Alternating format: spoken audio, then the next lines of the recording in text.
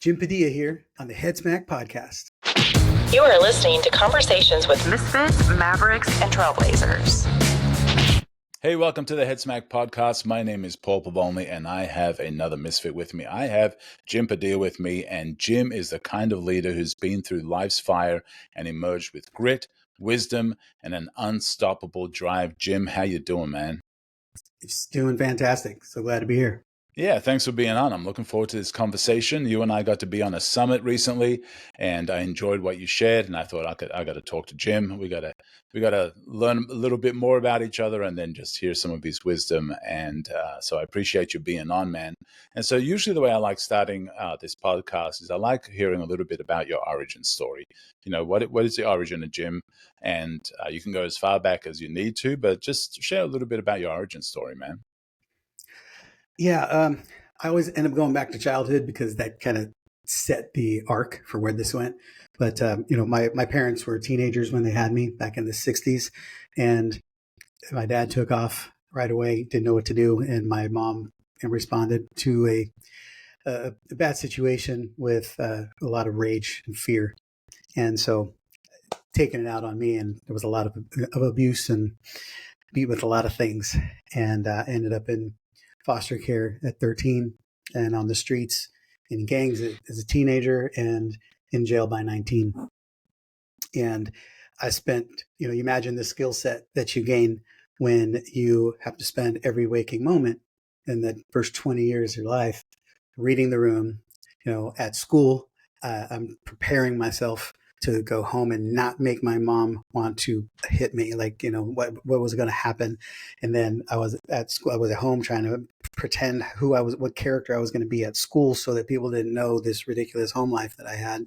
Wow. And then being on the streets and then, foster care, it's like you're always trying to blend to the room. Like, okay, what do they need from me so that they see me as an ally and not a threat? Because that's what I thought. I was getting beat or abused or whatever because I was a threat. I didn't realize there were other things going on. But then, of course, being on the streets and, running with gangs and then in jail, constantly reading the room to make sure that I'm like, okay, how can I be ally? How do I make Paul want and need me so that I am an asset to him? So then I'm off the threat radar. Wow. And that was how I survived. So where did that thinking come from? It's just pure survival, man. It was just reading the room and I started recognizing that if you could be useful to people, they needed you. Yeah. And so then I took it to the nth degree, and then I started to have, okay, not just could I be useful, but how could I ensure that they see me as useful, even if they didn't? It's like, how could I create a scenario where they needed me? I could manipulate whatever room I needed to be in because I needed to win. Right. That's all I knew.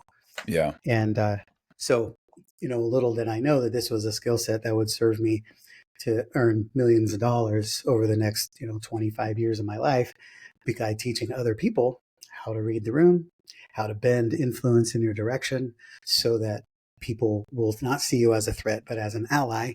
And then they diffuse them, because in sales, the biggest challenge is that most people don't see you as an ally until it's too late. They see you as a threat for the most part, and they're trying to safeguard their wallet or their heart or their head or wherever you're trying to get into.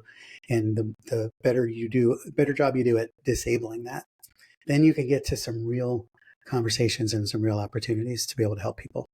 And so once, I spent a lot of my career opening businesses and building businesses, but every business I built was just a means to be able to assemble a sales team of people that I could teach this to. And then, in 2013, we got approached to fill a gap in the expert community, the coaching consultant world, that everybody was trying to scale their companies, but nobody either had sales teams or wanted to run a sales team. And so we stepped in because there was nobody doing it back then. Now there's one on every street corner. So, then we stepped in, and we're really good at being able to step into people's brand, assimilate their community and their environment, and be an extension of their brand, which most people don't think is possible. It's like, well, you can't step in from the outside and be like me. I'm like, once we really understand the core story and the journey you're on, then we are sold out. to being able to be that extension of you. And then, when we train, build systems, processes, team that are a replication of your brand, an extension of you, so that, our mission is to ensure that every time your company touches any part of the public, they're feeling you the whole time. So, that's quite a leap or a difference between, being in foster care and, having to, fight for things and learning how to work a room or to work relationships or whatever. So what was that first step, from foster care, your first job or your first success where you started learning some of this stuff and applying it in business? Well, it was an easy move because basically the skill set has never changed, just the intent has Right. changed. Because the first 25 years of my life, I fought everybody for everything. There's a story, I don't remember it, but my mom tells it. When I was in first grade and used to line up on the blacktop to come in from recess, apparently a kid would line too close behind me and I turn around and punch him Oh, because wow. I felt threatened, right? I don't remember that, but that's what she says. Um, but I was just on heightened alert, like being in combat all the time. So I was always looking for a way to protect myself. Once I started recognizing that I couldn't just beat my way through life, I had to find another way to disarm people. And I started using it even, I remember in fifth grade, we had well, I don't know how long you've been in America, but there's used to be this thing called the Scholastic magazine. And you could go out, your kids in school would go out and get subscriptions. You'd sell a bunch of subscriptions to these Yeah, as yeah, a I remember fundraiser for those. Yeah. school.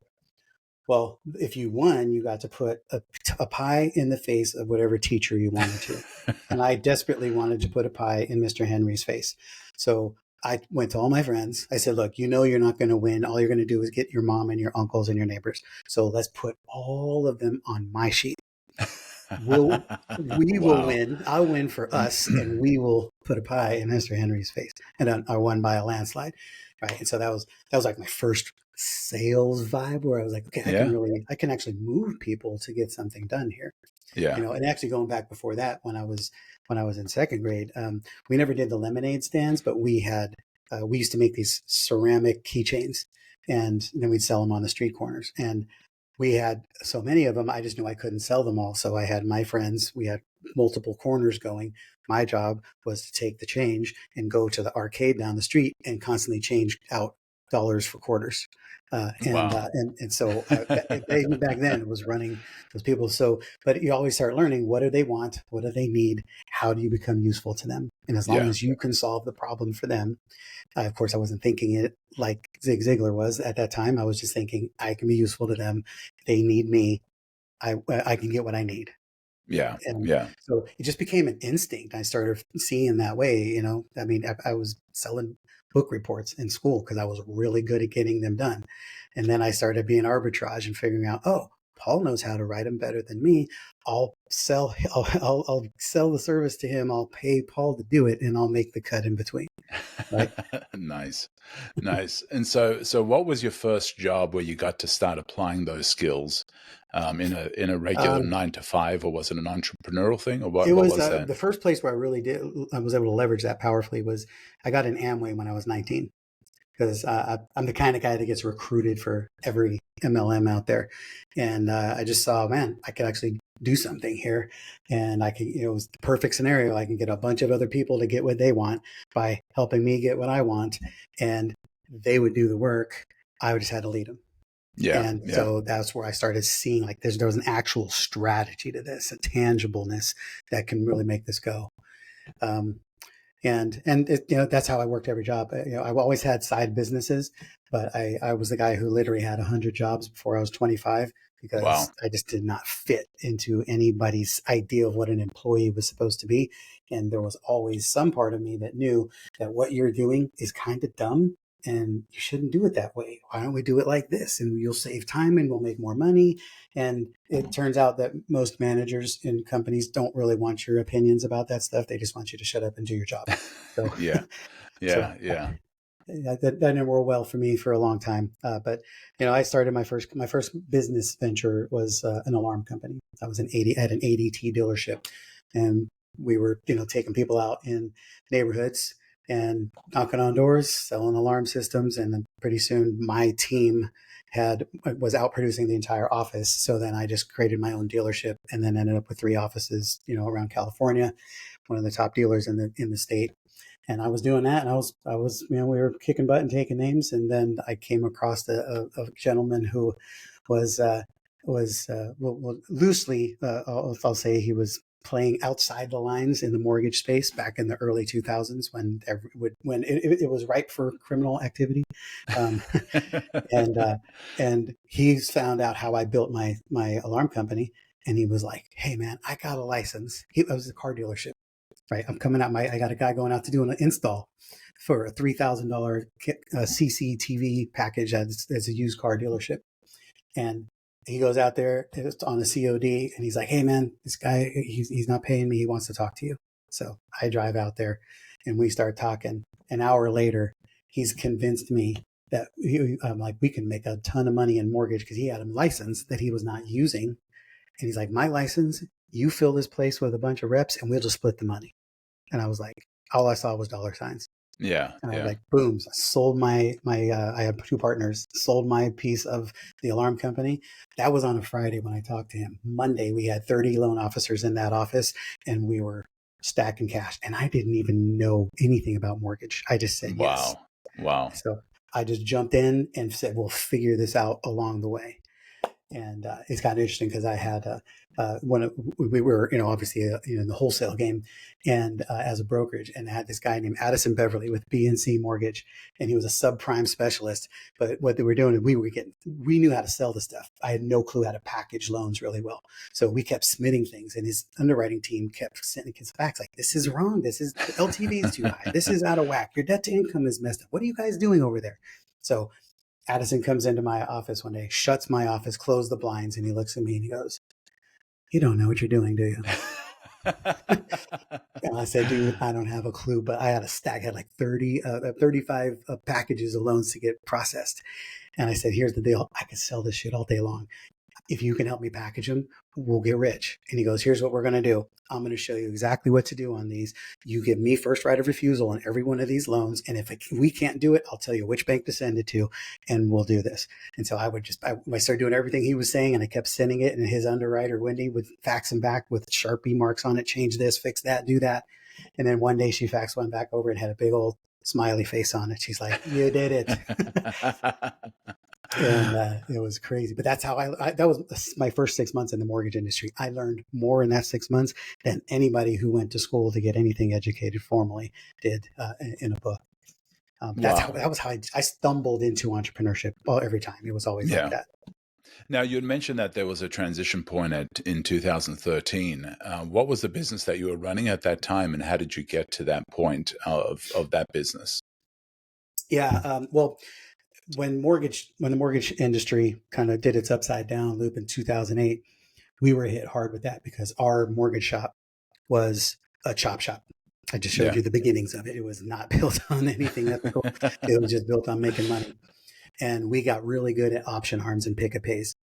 And so we had, 40 guys in our office, and we were all selling option arms, and we got paid really well to do it. And so when ABC Mortgage and Washington Mutual shut their doors on that fateful Friday, we had, I believe, 43 loans that were already signed, waiting through a 3-day period to fund, about $2.5 million worth of commissions, gone. Wow. Just like that. Wow. Overnight, all of our commissions were gone. So that was on a Friday. By the end of the next week, we went from 40 loan officers to me and the broker. They all quit and left because they had no clue what to do. Because we were not building an ethical business, so we couldn't bank on our client base, and because loans just kept showing up every day because the rates were low, property values were high. So the guys who were ethical and not doing those kind of loans, they stayed in business while the rest of us were gone. So I immediately had to start looking for something else to do, and I started to say, well, I know how to sell this stuff, so let me start teaching other people how to sell. That was when I started becoming a sales trainer, and I was all I was doing was trying to coach people on how to how to convert clients.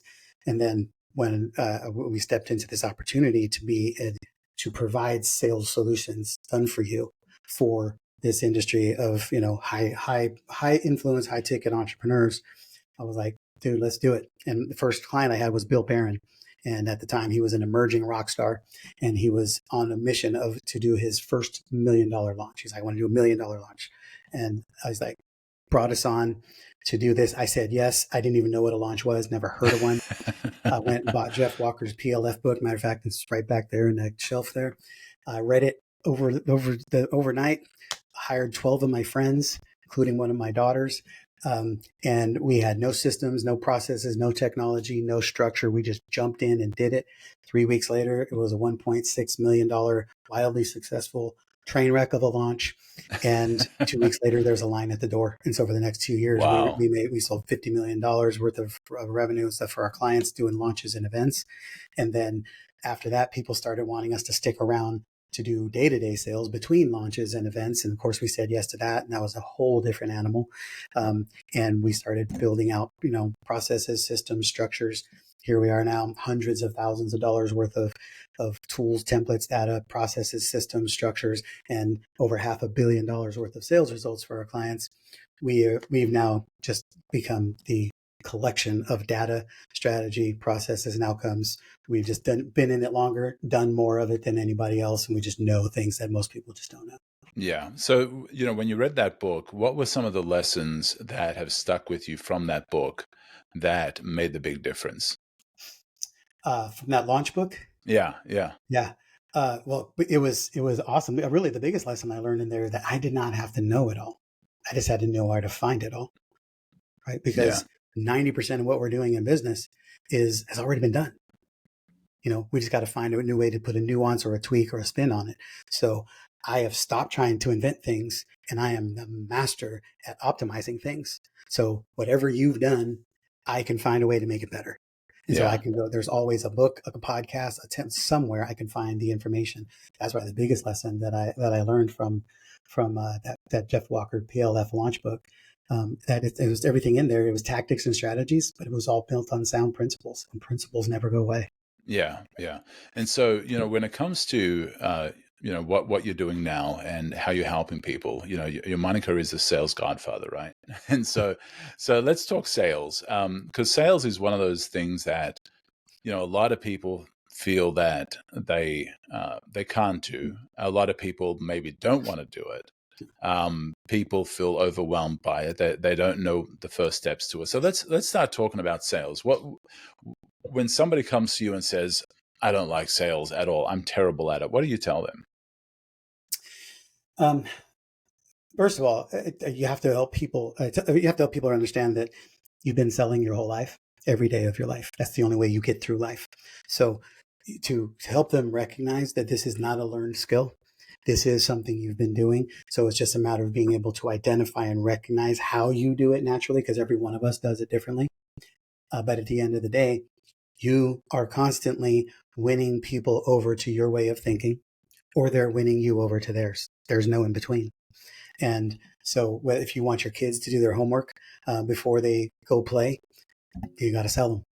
If you want them to eat broccoli before they eat their dessert, you got to sell them. If you want your wife, to enjoy who you are, and she wants you to take out the trash, she has to sell me on the benefits of why take out the trash, or I have to sell her on the benefits of me not being that guy. And happy wife, happy life always wins out. So she wins on that all the time, right? So it's just what I do. But I don't do it because I love to take out the trash. I do it because there's a benefit to me that helps me win while serving her. Right. And so if we break down everything we do, every single transaction we do in your entire life has that benefit and cost analysis always. And so when you see that, then you can recognize that it's an existing skill set you have. And now we just have to be able to put a system that will allow you to do it intentionally. Because you're doing it subconsciously every day. Now we just want to strip it away so that you can see this is how you actually do it. And instead of you trying to become some other expert, you can't be me. You can't be Jeremy Miner. You can't be Alex Hormozy, but you can be you. And the best version of you is the most enrolling thing you will ever come across. So our mission is to help strip that part down and systemize the process of you doing you intentionally. And the problem where most people get is when they come into a business setting, they think, oh, I am in a sales role. I must be a sales bot. And they put on this hat and I'm now a salesperson to do this thing. And then they wonder why somebody doesn't buy. Of course they're not buying because that's not you. Yeah. Right. Yeah. Yeah. So it's not as So, hard as people make it.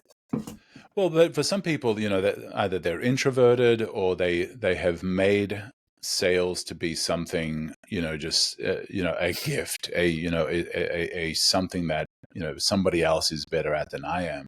So Yeah. when you approach somebody or somebody approaches you and you're wanting to help them, what are some of the first things that you look at in their processes, in their systems, in their personality, in their brand, and what they're doing?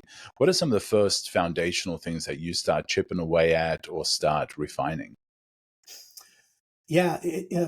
I'm very, I'm probably going to have different perspectives on this than 90% of people you're going to come across in the sales space because I don't teach scripts and I don't have magical ways for you to say these things to get people to buy. I actually teach you how to just be a greater version of the human that you are and watch how it naturally lines up. And matter of fact, I have a program called 10 Moves to Make More Sales Without Getting Better at Selling. I'll make sure I get that to you so you guys can have that. It's going to be in the show notes. You guys can have access to it, be a gift. And it's simple. It's a 90-second lesson, 10 days in a row that move you through things that are not sales tactics, that are just things you can do better to be able to show up and make more sales.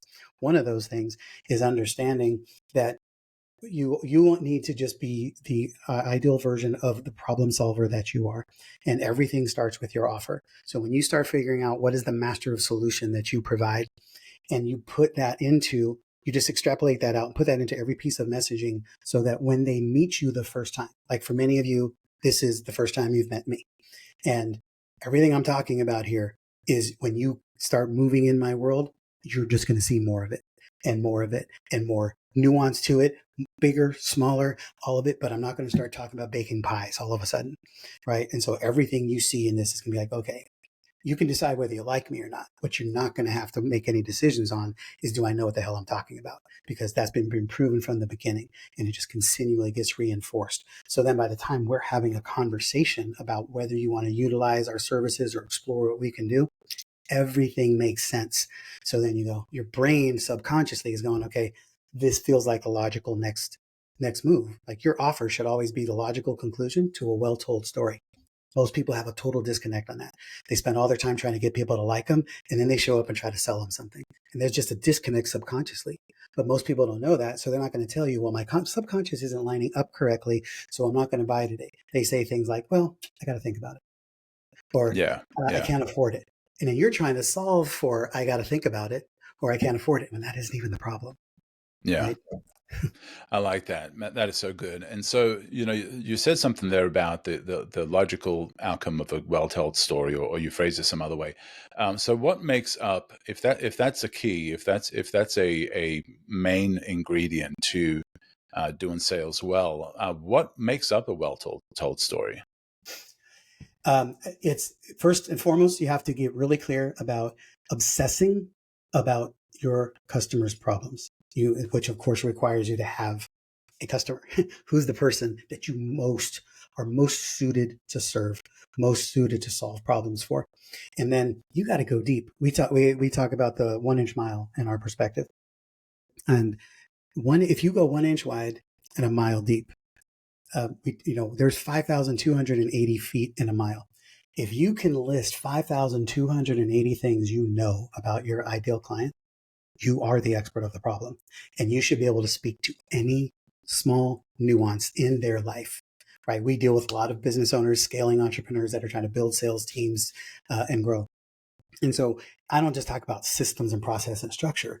I could say, Paul, remember the last time you were at a mastermind event and you and your colleagues, everybody's hanging out at the pool, and you had your phone with you because you had to keep an eye on your team in case they needed you.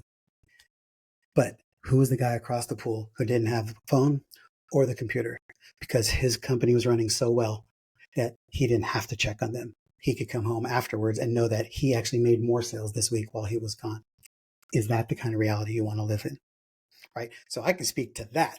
instead of, Yeah. Yeah. is your funnel working? It's like, who cares about that? What's the Yeah. freedom in the life that you're looking for?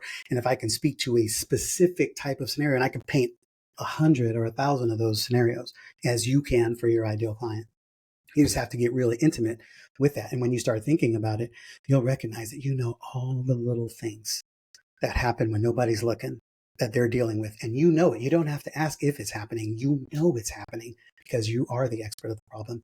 Because like I wake up in the middle of the night obsessing about your problems, not mine.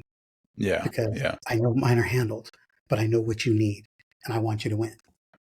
That's so good. So the first part is articulating their problem within a story as opposed to a step 1, step 2, step 3 type scenario. But as you Right. said there, you painted a picture of what an ideal outcome would look like for them, and then asking them, is that what you want?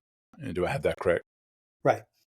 Yeah. And you'll have as many versions of that as you need to. And you put them out and you put them into social media, you put them on a talk, you do it, say it from stage, whether it's one-on-one, one-to-many, you're still having a conversation with one person all the time. And then Yeah. ideally is landing in front of many of those one persons. And that's the key. Your conversion mechanism is almost irrelevant if you're not putting it in front of the right people. So you have to be really clear about those people and then be willing to speak to that problem in such a way that it compels them and draws them in, and trust that it will also draw in other people that are not that specific niche, but the more clearly and directly you can speak to the problems you solve, it attracts people that are not in that niche, but they love the certainty and the clarity that you provide. So they want you to help them too. Yeah, wow, that's so good. And so having several different of those stories about the kind of outcomes based on understanding your audience and the problem they have. You'd mentioned that leads them to your offer. Are there any other things, and I do want to talk about what makes a good offer, but I do want to talk about, is there any other things that somebody needs to have figured out or have defined or have clarity on that helps them get from telling a good story that leads them to the offer? Is there anything else in there that they need to work on? Yeah, it's helpful for you to know ahead of time. I don't know what it is. I guess it's just the entrepreneur in us, but most people run headlong into putting this together before they ever think about how much it's going to cost to actually deliver something. And so we start making pricing models based on what other people are doing. And we've kind of taken a policy around here that I don't care what everybody else is doing. I want to run a profitable business. And you might be selling your services at half of what I'm selling them for, but I can't guarantee that you're profitable or that you can solve any problem necessary, because you could pay for anything you need if you have to bring in outside help. Right. So when you have to, right from the beginning, figure out what would this cost for you to deliver this at the most elite level. So if you hired us to, what we do is we'll design your entire sales journey from inception all the way to exit. And then we know everything that's going to be along the way, because this is what we do.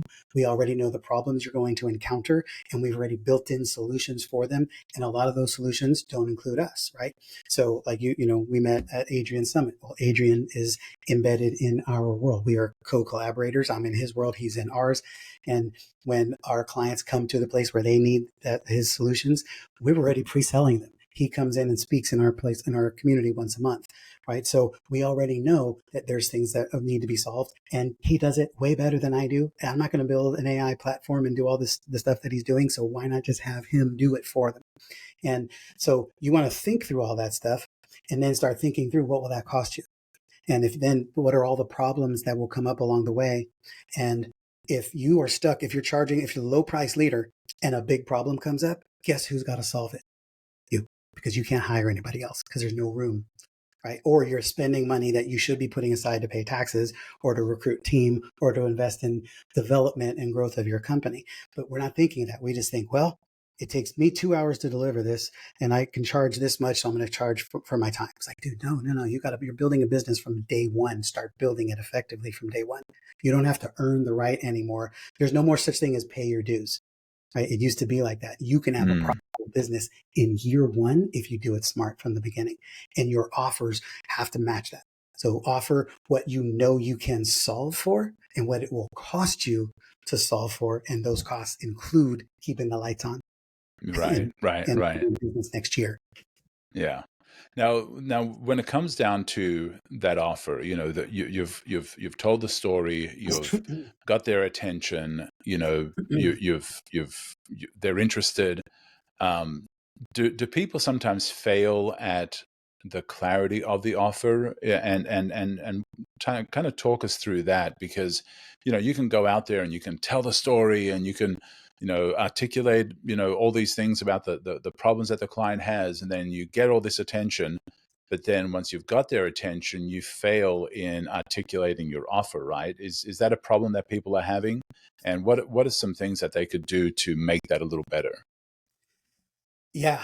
Again, I'll go back to, I try not to be a sales expert, and I try not to have everybody think they have to be one.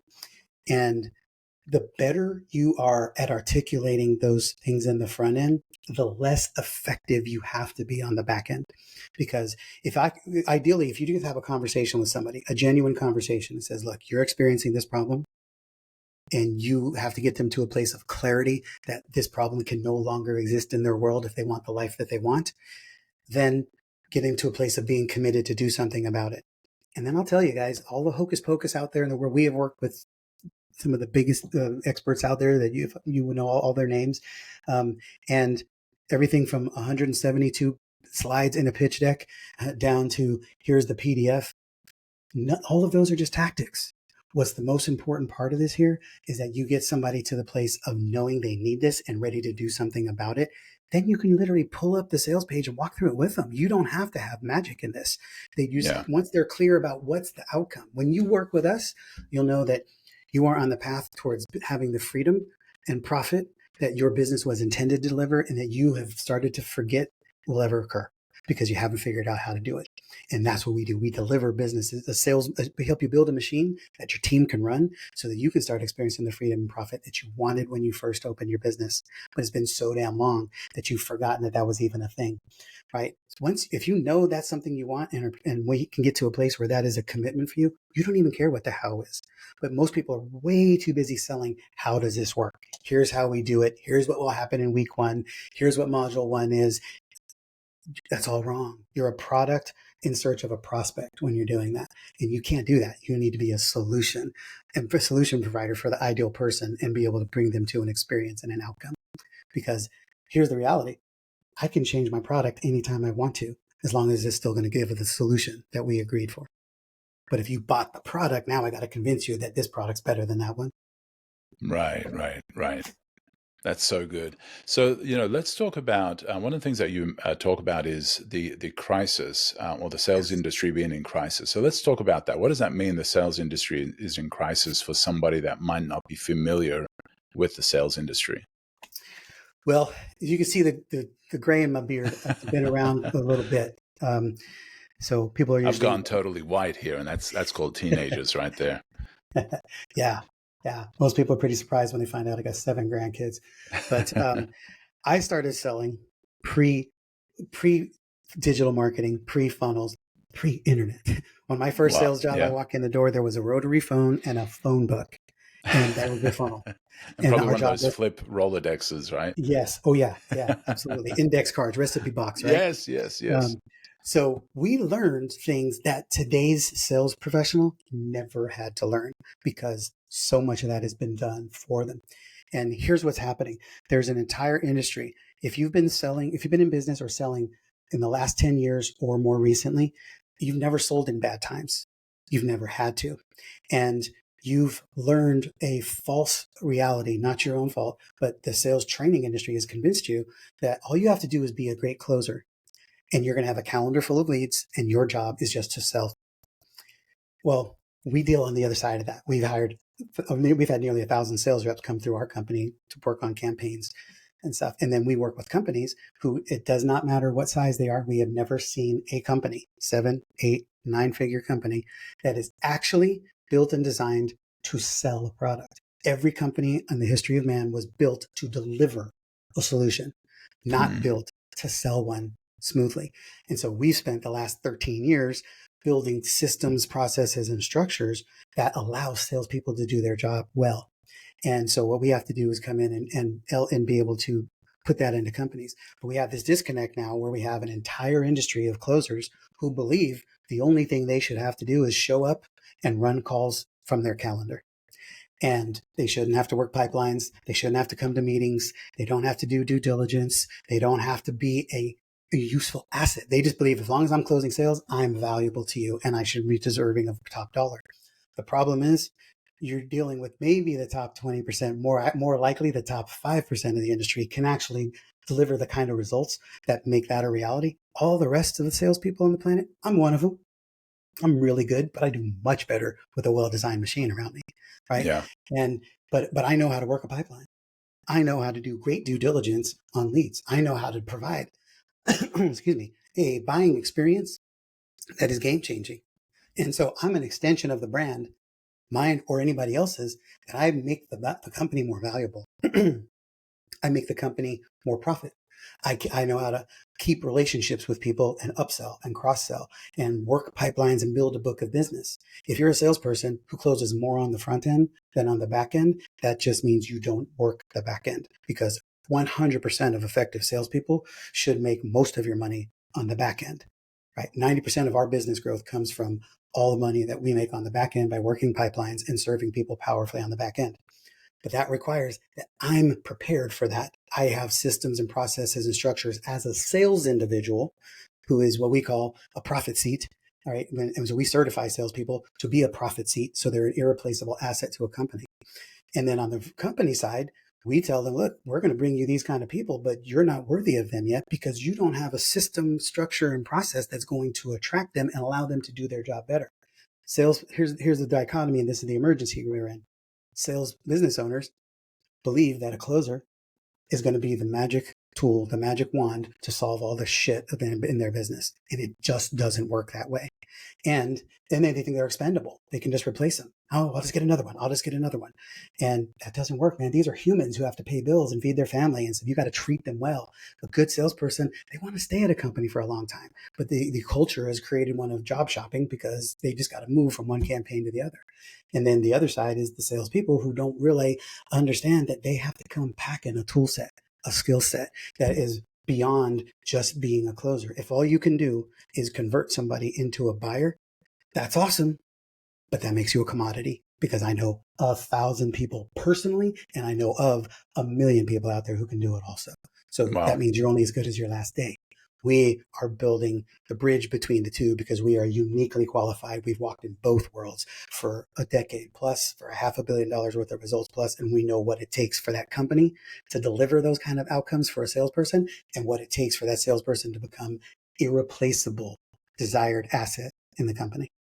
Wow. Now, you've talked about systems and structure and processes, and you've talked about the back end, and once you've got the sale, once you've got the attention, once you've converted. So I want to talk a little bit about some of those structures and systems and processes. Are there ones that are general enough that everybody should have in place that makes for success, or is it all bespoke and does it all need to be tweaked? Yeah, well, there's a lot of things that generally need to be done, and here's the thing, nothing I'm saying is rocket science. I'm pretty sure that everything I'm saying you already know, right? So it's just we just do it because we see it. It's on the front line, and the problem for most business owners, even the most sophisticated business owner, is that you're busy, man. You're trying to build an empire. You're trying to serve your clients. You're trying to get on stages and do stuff. Who the hell's got time to build out all these separate systems and do this stuff? Best of intentions aside. And so it's not that you don't do it. It's not that you don't know it needs to be done. But as my friend Vanessa Shaw says, if you know it and you don't have the result, don't say I know it unless you have the results to show it. Right. And my mom used to say a version of that, not so nicely though. But, and so the first thing here's how you want to start thinking about it. And this is a never ending process, guys, which is why you need somebody whose full-time capacity is to oversee this and ensure it happens. We call it ownership. Somebody has to own this process. You need to always be focusing on what's happening in the pre, the during, and the post stage of the sales journey. Most people spend 90% of their time on focusing on the front end. How am I going to go from click to cash as fast as humanly possible? And that's wonderful. And then they spend all their time just front loading more people into the funnel. And I call it the 90-10 fallacy, because if you spend 90% of your time on where 10% of your sales come from, then it leaves only 10% to focus on where 90% of your sales come from. So it's a disconnect. But that's what people do, because that's what the whole marketplace is telling them they need to do. Just get another funnel, just get another funnel, just get another opt-in, all of these things. And what you should have is, if I look at your segmentation and there's like 1, 2, or 3 things, I already know you're not doing it. And not because you don't want to, it's just because you don't know what else to do. When you're really segmented as well as you can, you should have as many segmentations as you have offers, as many segmentations technically as you have opt-ins, as you have resources, because in today's economy, it's a requirement. You have to communicate with people based on the commitment they made. They came to you for a certain opt-in or for a certain event, but now you're throwing them into the pool, talking to them about everything. And you're wondering why you got a 33% open rate on your emails, right? So you have to have a process that says once a month or once a quarter, I'm going to add one more layer of nuance, one more layer of nuance. I'll tell you the truth, you'll never be at 100%. So don't try to be, but always try to get more. And your back end should be wider than the front end. So if you're bringing people in the front end of the funnel through 3 to 5 to 7 different mechanisms, each one of those mechanisms should have 1, 2, 3, 5, 7 backends, because you should have some that came in late stage, some who are high intent buyers, some who were just interested in that. You'll know that based on the behavior, based on what things they opted in for, what you promised them as a result of what they opted in for.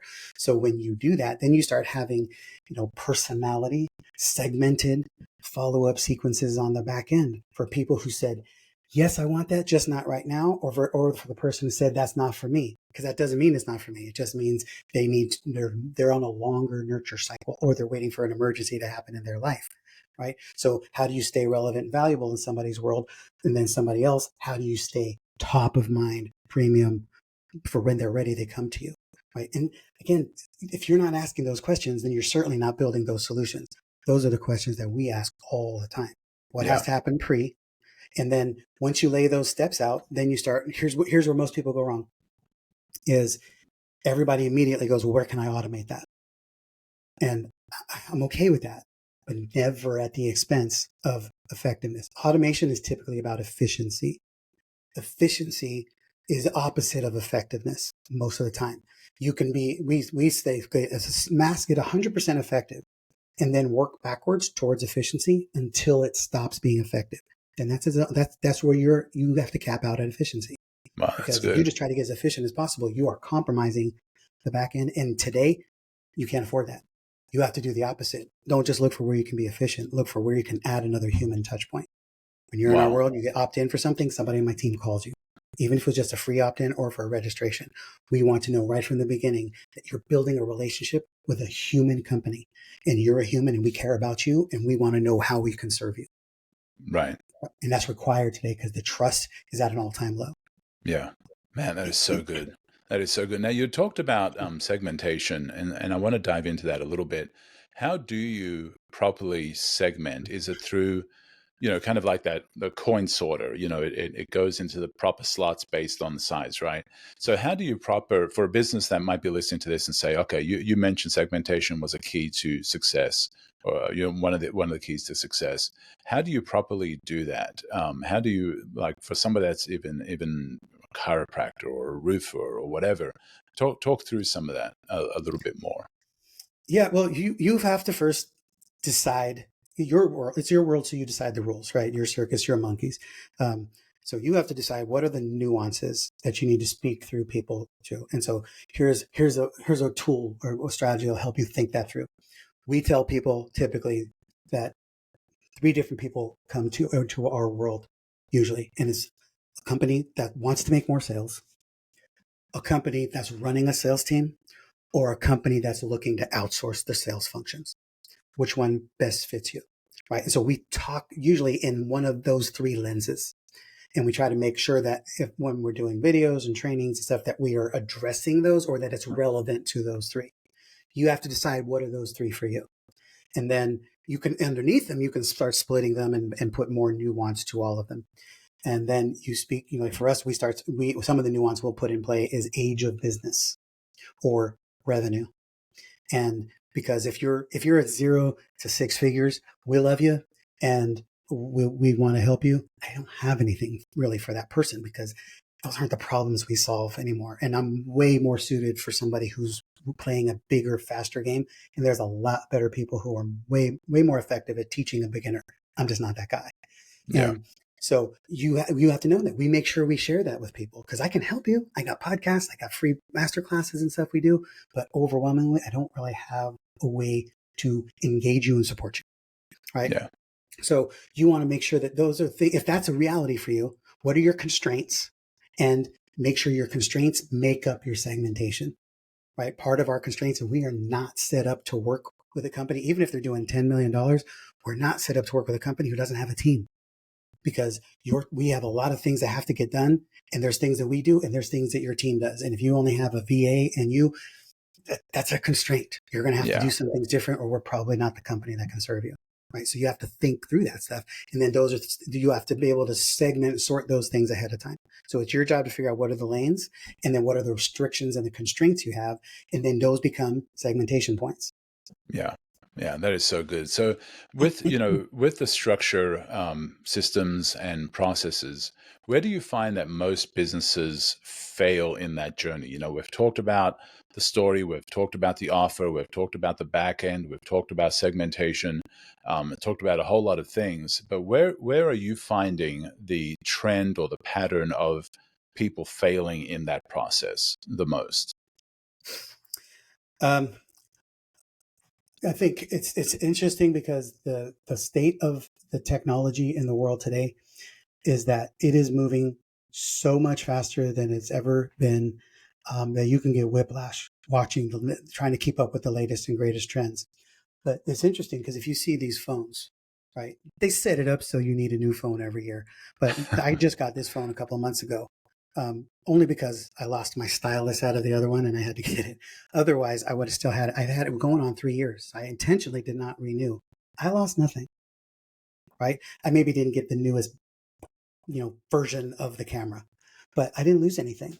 And you have to look at what are your needs versus what are your wants and make sure that you build structure and foundation on your needs because your needs, you find things that will solve for your needs and you'll be able to stick with that for longer seasons of success than you chase your wants. Because if you chase wants, I am a freaking impulse buyer and a half. I see every latest, greatest thing. I'm like, I want that app. I want that app. I want that app. And then my team's going nuts trying to figure out how to make all these apps work together because guess what? I got another one too.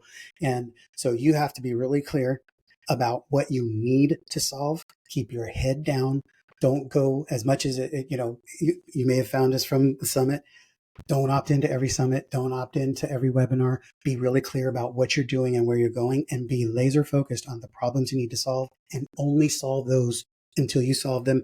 Then go for the next one. Otherwise, your business is going to become Frankenstein and you're going to have, if you guys know the Frankenstein story, right? It's not just a monster. It was designed and built from human parts, like a bunch of different human parts. He was charged with electricity, and then it was a dysfunctional monster because it was not designed to win. It was designed to just survive, which is what your business will do. And more importantly, it turned on its owner. Right? Your business will turn on you and eat you alive if you don't have full integrity and structure in the business. And by integrity, I don't mean honesty, I mean soundness, right? Have one clear overarching strategy, process, and run. Like when companies work with us, whether at smaller levels and 6-figure companies or, 7, 8-figure companies scaling to exit, we used to do it as a recommendation. Now we won't work with you if you don't do this, but we need to be your co-pilot. We need to be in the seat with you because you have to have somebody who's helping you design the overarching structure and process. And then we can bring in all kinds of experts, but they all fall under the same, we're all working on the same strategy, same plan, Everybody's executing, but most people don't run like that. You've got a bunch of different people, a bunch of different experts, everybody speaking into your business. Nobody has any real vested interest in the outcome. Nobody really knows where it's going but you, and you're not even sure where it's going because you don't even know who to listen to. And then you're just circling all the time. And that's dangerous. It's not fun. Right. And so this has been an amazing conversation. So much good value when it comes to sales. So if people want to get a hold of you or learn more about you, what's the best way to do that? I have all my socials in there, so please connect with me on social. We've got a lot of videos going out these days that are tons of content for you. So, Instagram, Facebook, TikTok. And I'm going to give you my cell phone number, though. And it is also manned by my team because I don't want to be a bottleneck. If you have a question or you need something, just shoot a text. I always find that's the best thing. Just just say, hey, heard you on the Head Smack podcast. And we can start some dialogue and see what we can do to solve for you. So my number is 916 area code 587-1946. And I will get that right here. I'll know that it's you. I'll know what's going on. And I love to know what's going on here. Because here's another, just a strategy in terms of segmentation and bringing humanization in the process. I have a personal mission to know everybody on my list. I know that sounds ridiculous. Good. Yeah. I want to know. When I get an email from somebody, oh yeah, he showed up for a webinar 3 months ago, or she was here. I want to know what's going on with you. And I can do it. Right. But this is one way I do that. I want to know your name. I want to know what you're dealing with, because then you're more human to me. And then I'm more human to you. Yeah. Wow. That's so awesome. And you had mentioned also a download, and we'll have that in the show notes. You also have an event coming up. Yeah, we do. We have we have this in the September 11th, 12th, 13th is coming up. It is our new era of selling live event, and we're going to break down the state of sales emergency that we were talking about today. How does it fit you as a business owner? How does it fit you if you're a sales professional? And guess what? If you're a solopreneur, you're both. So make sure that you are designing your business for somebody else to run it from the beginning, and we're going to make sure you're put on that path. Awesome. And what's your website? What's the best way to find more of your socials? GainTheEdgeNow.com, and you'll find us there. So anything we can do to help, just let us know. Tell us you came here from the podcast with Paul, and we're just excited to see you win. Well, Jim, this has been amazing, man, and I appreciate you coming on and sharing your wisdom as the sales godfather. And so this has been amazing, and I've absolutely loved it. I believe, and the existence of the Head Smack podcast is that one idea well executed can change everything.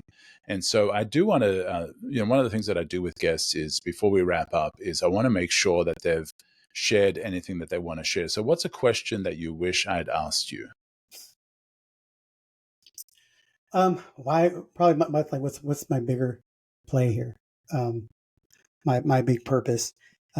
Be honest with you, I'm great at sales, and it's a fun game to play. But it's sales, it's business, and as cool as that is, it's a means to an end for us. And given my background, and that we have amazing grandkids and stuff, we are focused on what we call the throwaway society. And we are on a mission to build what we call opportunity cities. And opportunity cities are buildings, facilities, compounds in downtown urban areas where we can employ ex-cons, who we call victors, right, instead of convicts, and aged out foster teens who nobody loves because they're not cute and cuddly. And we want to give them jobs and purpose and resource and training. Because something that happened when I did prison ministry in Folsom State Prison, and all of the inmates that are tracking rehabilitation, they're on a point system, and you earn points by doing all kinds of things to develop yourself. And when we would go in and do Bible studies with them and stuff, they were doing family planning, education, Bible study, drug counseling, everything. And then they get out and they don't have any of that. And no wonder they retreat and go back in. And so we in these facilities, not just giving them employment opportunities, but also surrounding them with all of that same programming so they can continue on the journey that they're on to become contributing members of society. And we want to be instrumental in making that go so that we can flip the recidivism on its head. Instead of 76% of them going back in, we want 76% of them coming out. Quite honestly, we want to eradicate it altogether. And once they come out, they stay out. Yeah. So that's the mission. Everything we do in our company and our business funds all of that. And that's what we're we're really trying to do. And then building alternative education centers for kids, because over my dead body will our kids go to public school in California. And we want to make sure they know how to solve problems and build businesses and be contributors to life. Man, that's so amazing, Jim. This has been a great conversation, and I appreciate you coming on. And I'll have those links in the show notes as well. And definitely re-listen to this podcast, take some notes, and reach out to Jim, and he can make an impact on your business in an amazing way. Thank you, Jim. This has been awesome. Appreciate the time. You are listening to Conversations with Misfits, Mavericks, and Trailblazers.